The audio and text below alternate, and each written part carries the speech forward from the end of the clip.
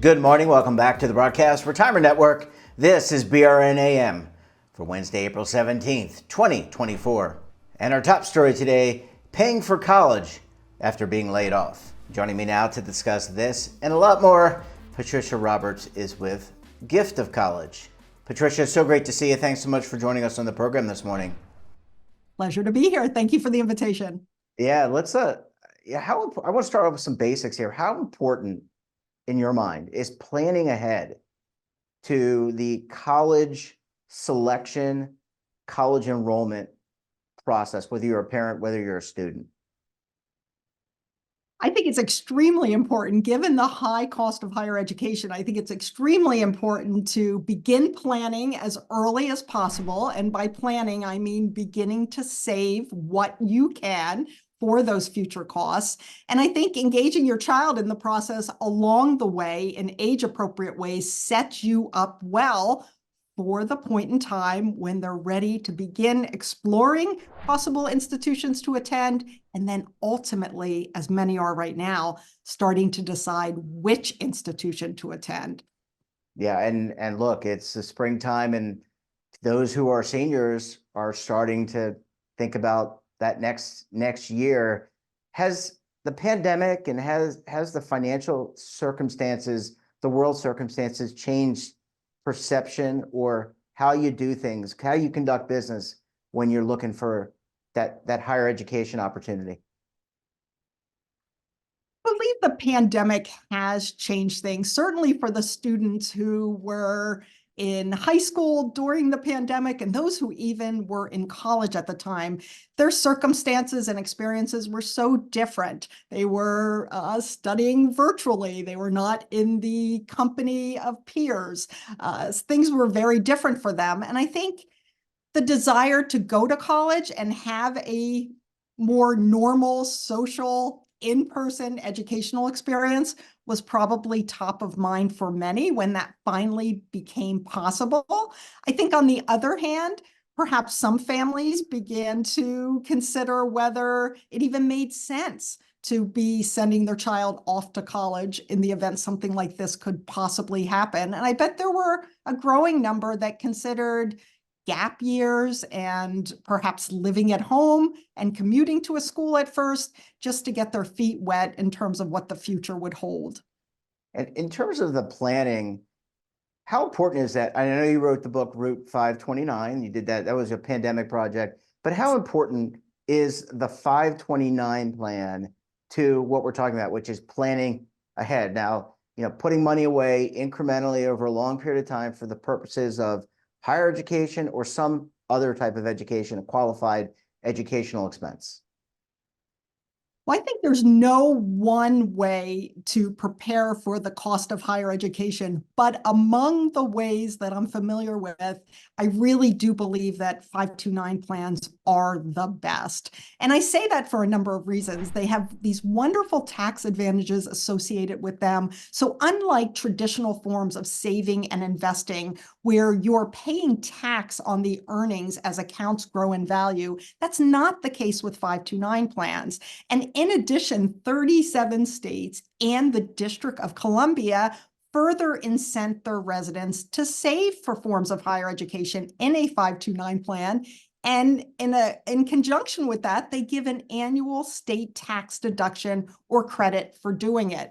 I like that. I also like with the 529 plan that the person who owns the account, it's typically a parent or grandparent, but doesn't need to be. You don't even need to be related to the beneficiary, but that account owner has control over the funds at all times. And I like that. We don't know when our children are young or even along the way as they're growing and maturing, how they're going to turn out. And turning over a pot of money to a child upon reaching the age of majority doesn't seem sensible if you, as the parent or the account owner, had the idea that it was going to be used for higher education. So I love that protection that's associated with it. I also love that you can get started with a very small amount of money.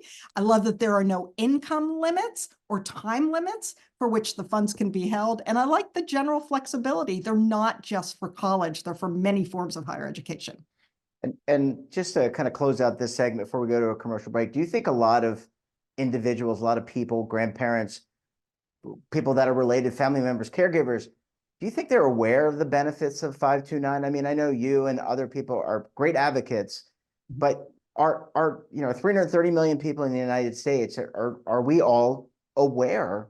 And what if not, what do we need to do to kind of bubble up this awareness about the benefits of this type of program? Does it start with the employer? Does it, is there need to be some kind of mass campaign? Great question. Yes, unfortunately, nearly 65%, I think it's 64% as of the last survey I saw, of Americans do not know what a 529 plan is. And those who do know don't always understand the features and benefits. And yes, there's a lot that needs to be done to raise this level of education. That's why I took the time during the pandemic to write a book about saving for college and share the details in a very easy to understand way. I think the workplace is the perfect setting to bring education on 529 plans forward.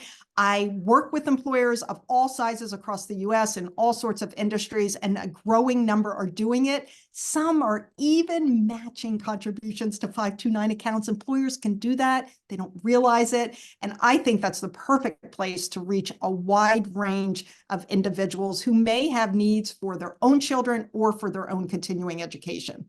Yeah, you make a really good point. And Secure 2.0, which it seems like it happened so long ago, but it really didn't. It really connected the dots between, so you don't have to pick, I'm going to save for retirement, I'm going to buy a home, or I'm going to save for college. And now they're kind of all intertwined. Patricia, I need to take a very quick break. When we come back, how to pay for college if you're laid off. You're going to want to stay tuned right here on BRN AM.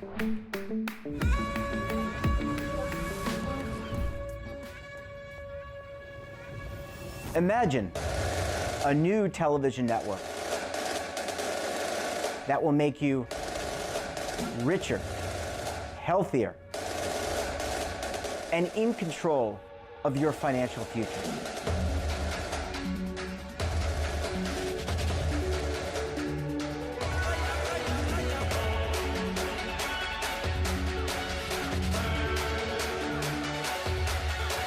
This network is for the policewoman in Nashville, Tennessee, the baker in Dubuque, Iowa, the teacher in Lexington, Kentucky.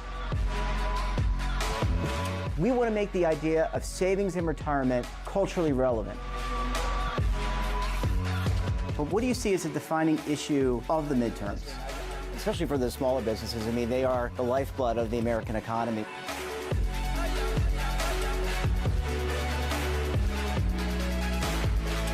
Featuring exclusive interviews, current affairs, and docuseries. 33 years old, you retired early. The philosophy is money only matters if it helps you live a life that you love. But you got to start thinking about retirement as soon as you get in. The Broadcast Retirement Network will drive very high engagement with premium partnerships. So this isn't retirement and savings for your parents or grandparents. This is for all Americans. And we're going to change the way you think about money.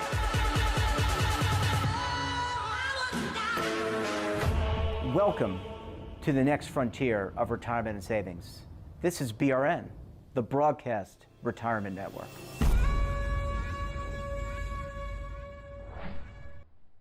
Welcome back. We're joined this morning by Patricia Roberts of Gift of College. Patricia, thanks so much for staying with us this morning. Oh, glad to be here. Yeah, it's a fun, really fun conversation. Let's turn our attention. I think we all go through difficult times in our lives. One of the loss of a loved one, or also the loss of a job. And sometimes that loss of a job can impact yourself, but also your family. And it can come at a time when you're looking to pay for college for a family member. Patricia, how do you manage that? I mean, it's emotional. There's almost like a grief process associated with losing a job, but then to have that responsibility, how do you manage that responsibility?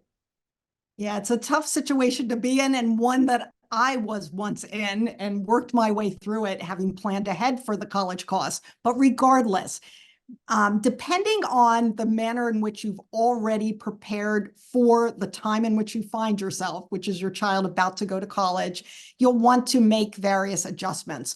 One would be certainly and immediately to talk to your child about the reality of the situation. Depending on how much you have saved or don't have saved, you'll want to let them know that there may need to be an adjustment in the types of schools that they're considering, depending on the net cost after financial aid is awarded. Having that realistic conversation will be difficult, but necessary. And in fact, it's going to help your child in the future because they'll learn about how to adjust during difficult periods and maybe develop some resilience through it. The second thing that you could do is contact and should do is contact a target school, a school that your child has been accepted to, who has or has not yet offered a financial aid package, but to let them know that there's been a sudden change in your circumstances. Let them know that your child really desires that institution, but you're concerned about the cost. And share with them, to the extent you can, any evidence of what this sudden change is. If you have a letter from your employer on company letterhead that shows you've been laid off, or you now have an unemployment earnings statement, or you can show with a prior paycheck just how little you've earned this year to date, I think that could be extremely helpful. And there are things your child can do together with you. They could start at a less expensive school if the school they really want isn't possible. They can live at home for that first year and then aspire to the dream school. But it's going to be a period in time when the family needs to work together, and you will get through it. Yeah, and I like that you bring up setting expectations, but actually what I heard it as is compromise. Sometimes we don't, and it is a good lesson because we don't, I think the Rolling Stone said you can't always get what you want, but if you try sometimes you just might find you get what you need. So Patricia, one opportunity would be if you can't go to the school that you love today, doesn't mean you can't go tomorrow. Maybe you try a community college, and get that, work towards that associate's degree. That's an opportunity. Or you try some, as you said, another school. It's about compromise here. You may be, your child may be infatuated with these colleges, but hey, that's not the way the real world works. That's right. And parents need to offer themselves some grace during this time. It's really a difficult circumstances, but in some cases like my own, it turned out to be one of the brightest times in my life because I was able to pursue a form of employment after losing the job I love so much that actually has benefited so many others through the process. I built a program here in New York City, or helped design and launch it, whereby now over 200,000 public school kindergartners have college accounts. And I could have never done that had I not been unemployed and stumbled upon that program being built. So you never know in these dark days how things will turn out, but I assure you, you will get to the next phase and look back and realize that you made it through. Yeah, and that's an indirect result of your job loss is you help 200,000 kids and their families, right? I mean, that is, you would never know that. You would never have forethought that. So that absolutely is amazing. Patricia, I want to kind of close out this segment with kind of where we started, which is planning. And a lot is talked about in the main media about the emergency savings plan, or having an emergency savings plan, having some savings, having a 529. We're talking about that this morning, and it's putting money away for college, having money for retirement. It's all a pool of money that can be used for certain expenses. But at the bottom line is you got to plan, and you don't have to be making $1 million. You don't have to be making $100,000 to put some money away. Sometimes it takes some sacrifices to do that, but it takes planning as well. That's exactly right. And I always tell people to envision the outcome they want to see. My desire was that my son would graduate without the crushing debt that his dad and I had accumulated through our undergraduate and graduate school years. And I held that vision close to my heart and my mind, and I took steps to achieve it. And it's a matter of knowing what you want, imagining how good it will feel, and then backing into the steps that you'll need to take to achieve it. You don't need to save it all, but you do need to get started, and you should be engaging others in your savings process. Friends, family, even your employer can help with your college savings accounts. Your loved ones don't know what to buy your child from the time they're born to the time they graduate. Tell them you prefer a modest contribution, a contribution of any size towards their college account. in lieu of or in addition to a much smaller gift, your house will be less cluttered and your child's account will be better funded, and everyone will sleep better at night knowing they contributed toward that very important goal. Yeah, I agree. Forget the PlayStation or the Xbox, or at least That's the next game. You know what? Madden 2024, it's going to be kind of the same as Madden 2023. I don't think you need it. Anyway, that's my personal opinion.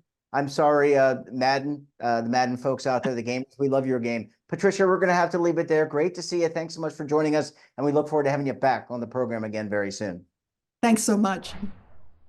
And that wraps up this episode of BRN AM. Have a topic of interest, someone you think we should talk to, then drop us a line. And don't forget, for all the latest curated news in lifestyle, wellness, finance, tech, so much more, all in one place, check out today's edition of our daily newsletter, The Morning Pulse. Want to search our archives, check out our latest content, then visit our website. We're back again tomorrow with another edition of BRN AM. We'll have a very special guest and another important topic. Until then, I'm Jeff Snyder. Stay safe, keep on saving, and don't forget, roll with the changes.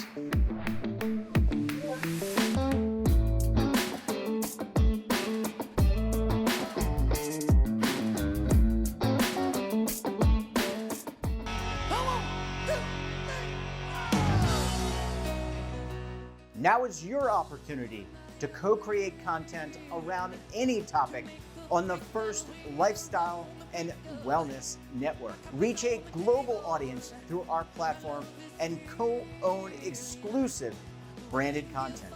All of our programs are available on demand and also as audio-only podcasts, so you can take us on the go. Broadcast Retirement Network, available anytime, anywhere, and on any device.